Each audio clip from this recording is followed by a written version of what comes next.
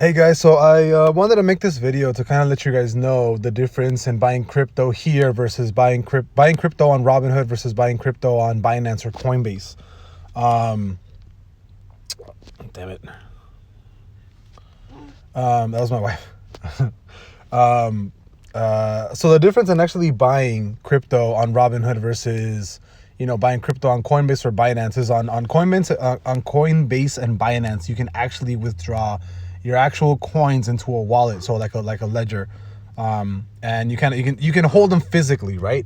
Kind of like a little USB stick where you actually hold all your coins, you hold your money physically.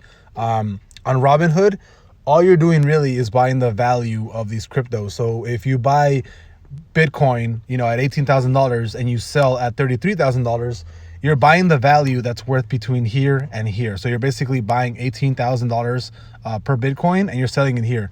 All you're doing is buying the value of Bitcoin and buying the value of how much it goes up. You're not actually buying the coin. You don't own the coin on Robinhood.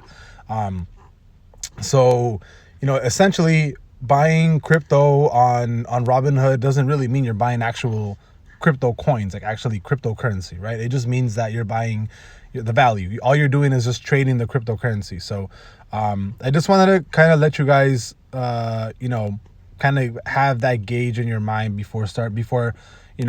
so you guys can decide whether you or not you actually want to, be fully involved in cryptocurrency, which is actually buying the coin itself, or buying it on Robinhood, which you're just buying the value of, right?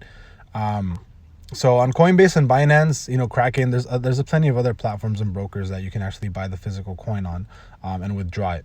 On Robinhood, you can't. I don't know if that's ever going to change, but as of right now, Robinhood, you don't actually own the coin. You don't own anything. All you're doing is just purchasing the value. That's it.